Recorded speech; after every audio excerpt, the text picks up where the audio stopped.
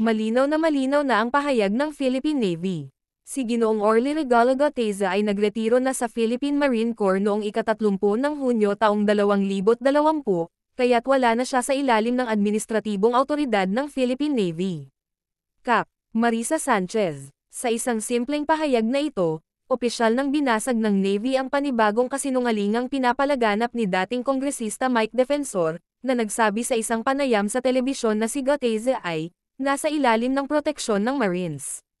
Ang revelasyong ito ay nagbubunyag ng isang mapanganib na pattern ng pagpapakalat ng maling impormasyon na layuning linlanggan ang publiko.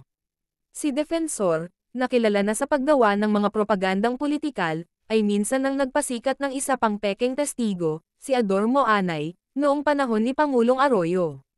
At ngayon, muling naulit ang kasaysayan sa katauhan ni Orly Gateza, ang umano'y whistleblower, na tila ginagamit upang itulak ang parehong layunin, manira at ilihis ang isyu.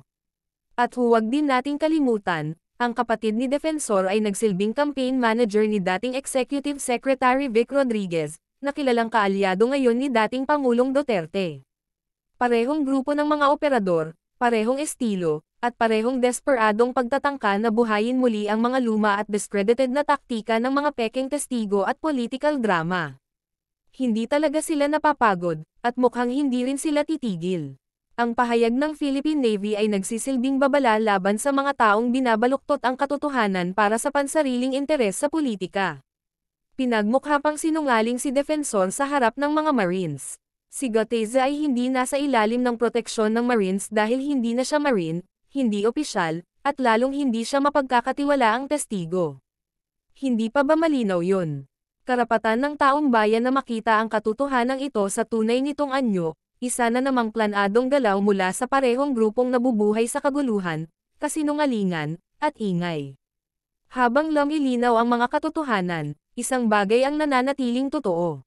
Maaaring mabilis kumalat ang kasinungalingan, ngunit lagi itong nauubusan ng hininga kapag hinarap ng katotohanan.